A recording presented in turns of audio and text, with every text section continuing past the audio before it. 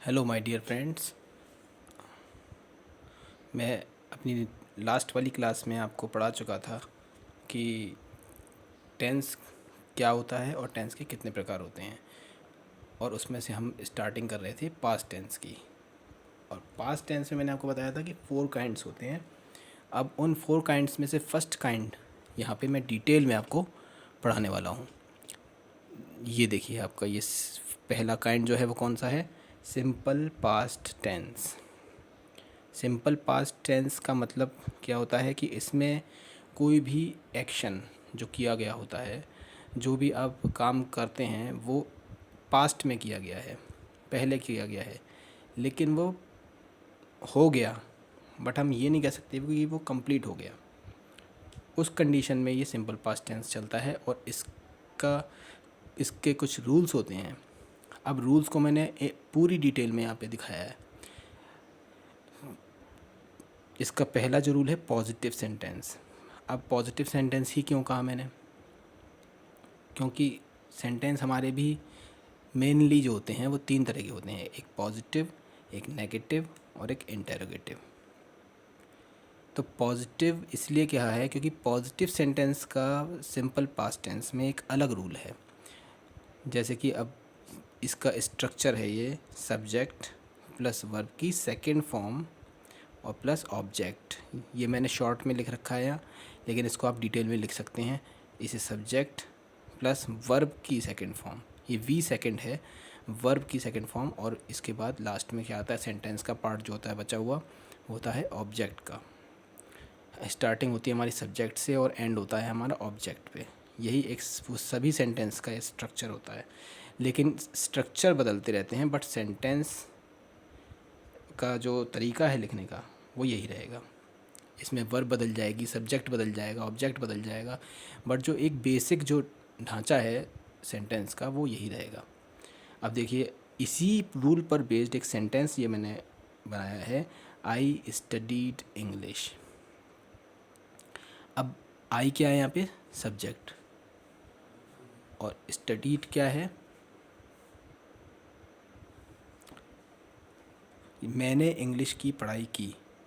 ये इसका मीनिंग हो गया सेंटेंस का। अब यहाँ पे मैंने इंग्लिश की पढ़ाई की, तो खाली यही नहीं है कि इसको आप ऐसे ही लिखोगे। इसके लिखने के भी 3-4 तरीके हैं। जैसे कि इसमें ये लिख सकते हैं, मैंने अंग्रेजी का अध्ययन किया, मैंने इंग्लिश का अध्ययन किया। तो समझो बात को, किसी काम का पुराने समय में हो जाना, वही सिंपल पास्ट टेंस है। उसने करी, इसमें ये नहीं पता कि कब करी, बस करी। ठीक है। इसके बाद अब हम समझते हैं कि नेगेटिव सेंटेंस। अभी तक तो पॉजिटिव सेंटेंस का था, उसका रूल था वर्ब की सेकंड फॉर्म। देखो ये लिखिए, सब्जेक्ट और वर्ब की सेकंड फॉर्म और उसके बाद ये ऑब्जेक्ट। अब नेगेटिव सेंटेंस का क्या है? Subject plus did not plus verb की फर्स्ट फॉर्म हो जाएगी यहाँ पे, क्योंकि सेकंड फॉर्म को अब डिड ने ले लिया। डिड खुद यहाँ पे सेकंड फॉर्म है डू की। इस तरह से कह सकते हो आप, नेगेटिव सेंटेंस में जो वर्ब का मेन वर्ब है उसकी फर्स्ट फॉर्म हो जाती है, और उसकी जगह पर ये लग जाता है डिड नॉट प्लस वर्ब की फर्स्ट फॉर्म प्लस ऑब्जेक्ट। अब यहाँ पे क्या है? I did not eat food. अब ये कोई चीज़ का मना होना होता है इसमें। नॉट का मतलब तो आप सभी जानते हैं, नेगेटिव और नॉट का मतलब। मैंने खाना नहीं खाया। समझ में आया? तो ये देखो, सेंटेंस का ट्रांसलेशन भी उसी तरह से होता है। आई मतलब मैंने, डिड नॉट नहीं के लिए, नहीं खाया, क्या नहीं खाया? खाना, फूड, भोजन, या मैंने भोजन नहीं किया। मैंने बताया ना, इंग्लिश को भी बनाने के 2-3 तरीके हैं, हिंदी को भी बनाने के 2-3 तरीके हैं। जो आपको सरल लगता है वो बना दो, लेकिन रूल से बाहर नहीं होना चाहिए। रूल्स जो कहते हैं वो, ये स्ट्रक्चर लर्न करने पड़ेंगे आपको। ये छोटे छोटे से स्ट्रक्चर आपको प्रैक्टिस देंगे, आपको काम करेंगे। आप चाहो तो अभी इसी वक्त एक सेंटेंस अपने आप इसी तरह से बना के देखो, आपको प्रैक्टिस होगी।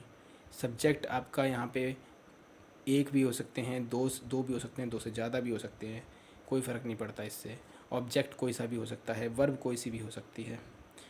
तरीका बोलने का वही रहेगा।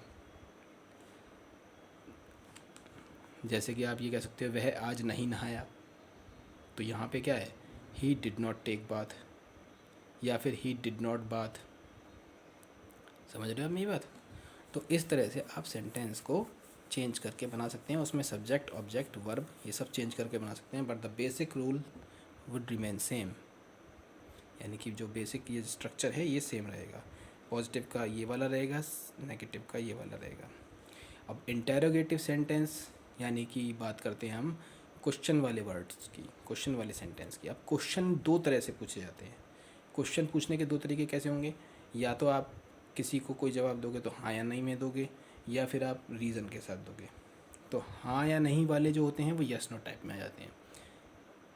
यस नो टाइप में भी मैंने दो पार्ट करे हैं, पॉजिटिव देन नेगेटिव। क्लियर?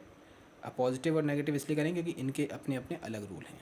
देखो आपको ये अभी लग रहा होगा लेंदी, लेकिन आप अगर मन लगा के इसको पढ़ोगे, धीरे धीरे चलोगे तो आपको चीज़ें याद होती जाएंगी, समझ में आती जाएंगी, आप टेंस को समझने लग जाओगे। इसलिए मैंने इतनी डिटेल में खुलकर बताया है। किसी भी बुक में इस तरह से खुलकर नहीं बताया गया होगा, उसमें बस सेंटेंस को दिखा देते हैं, उसमें इस तरह से नहीं करते बार बार। उसमें इंटरोगेटिव पार्ट होगा डायरेक्ट, इतनी डिटेल में नहीं होगा। तो पॉजिटिव सेंटेंस का जो स्ट्रक्चर है इंटरोगेटिव में वो भी यस नो टाइप में, ध्यान रखना आप, यस नो टाइप में। यस नो टाइप में आप किस तरह से पूछते हैं क्वेश्चन किसी से भी, क्या आपने पढ़ाई की, तो आपके सामने जो बच्चा होगा या कोई होगा तो वो या तो हाँ में जवाब देगा या नहीं में। तो क्या वाले वाक्य होते हैं ये, कोई भी सेंटेंस जो होगा ये क्या वाले होते हैं। ये क्या वाले जो सेंटेंस होते हैं यही इसमें यस नो टाइप में आ जाते हैं। इसके बनाने के क्या तरीके हैं, देखो स्ट्रक्चर देखो आप। सबसे पहले हम डिड को आगे रखते हैं। डिड जो यहाँ पे नॉट के साथ लग रहा था वो अब इंटेरोगेटिव में स्टार्टिंग में आ जाएगा। उसके बाद सब्जेक्ट, फिर वर्ब की फर्स्ट फॉर्म, फिर object, then question mark is important because of interrogative. Question mark लगाना ज़रूरी होता है, बहुत से बच्चे क्वेश्चन मार्क नहीं लगाते, नंबर इस वजह से भी कट सकते हैं। तो did you eat food yesterday, अब हमने क्वेश्चन भी किया और टाइम के अकॉर्डिंग भी किया। क्या तुमने कल खाना खाया, इस तरह से पूछ सकते हैं ना। क्या तुमने ये काम किया, क्या तुमने कल पढ़ाई करी, क्या तुम 2 बजे वहाँ थे। इस तरह से हम क्या कर सकते हैं, क्वेश्चन पुटअप करते हैं, और इसका ट्रांसलेट करने का ये तरीका होता है, did you eat food yesterday. अब नेगेटिव में चलते हैं, तो नेगेटिव में सब बस सिर्फ इस पूरे स्ट्रक्चर के ठीक बीच में नॉट लग जाएगा, और हमें अपना जो सेंटेंस बोलना है वो नहीं लगा कर बोलना है। Did you not complete your work, क्या तुमने अपना काम नहीं किया। तो मेरे हिसाब से तो इसमें और इसमें ज़्यादा फ़र्क नहीं है, सिर्फ एक मैनर का फ़र्क है, अपोजिट मैनर में बोला जा रहा है। ये पॉजिटिव में है, ये नेगेटिव में है, और उसी के अकॉर्डिंग रूल है। ये विदाउट नॉट, ये तो आपको पता है कि नॉट नहीं लगेगा इसमें, और इसमें नॉट लगेगा। समझ में आ रही बात? अब हम बात करते हैं आगे रीज़न टाइप की। रीज़न टाइप में भी दो तरह के होते हैं, पॉजिटिव और नेगेटिव। अब रीज़न टाइप क्यों कहा मैंने, अब आप लीजिए, आपने मान लीजिए क्वेश्चन किया कि तुम वहाँ क्यों गए थे, तो वहाँ पे क्यों जब पूछा है तो उसमें सामने वाला आपको रीज़न बताएगा, ना कि ये कहेगा हाँ या नहीं, तो अटपटा सा लगेगा, ऐसा तो नहीं कह सकता। तो आपको रीज़न देगा, पार्टिकुलर रीज़न।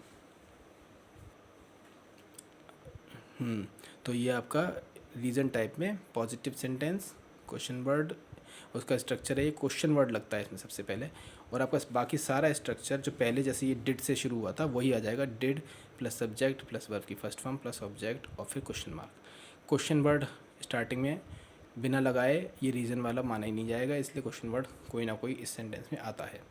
क्वेश्चन वर्ड आपको पता ही है कौन कौन से होते हैं, वाई, वॉट, विच, वैन, चाहो तो आप लिख लो, ये 8-10 तरह के क्वेश्चन वर्ड होते हैं, हाउ मच, हाउ मैनी, ठीक है। तो और इनको भी हम तरह तरह से लिख सकते हैं। अब जैसे ये सेंटेंस बनाया, why did he beat my brother, उसने मेरे भाई को क्यों पीटा। अब इसमें जो सामने वाला है वो बताएगा, क्या बताएगा, रीज़न। समझ में आ रही बात? ऐसे ही नेगेटिव सेंटेंस है, इसमें क्या है, क्वेश्चन वर्ड, फिर डिड, फिर सब्जेक्ट प्लस नॉट, फिर वर्ब की फर्स्ट फॉर्म, फिर ऑब्जेक्ट। जैसा यहाँ पे है उसमें बस नॉट लगा दिया है, सेम टू सेम, और ये इसका रीज़न टाइप का नेगेटिव बन गया। Why did Ram not study SST? Ram ने यहाँ पे लिखा नहीं है, लेकिन ये विषय आएगा, राम ने सामाजिक अध्ययन की पढ़ाई क्यों नहीं की। आ रही बात समझ में फ्रेंड्स?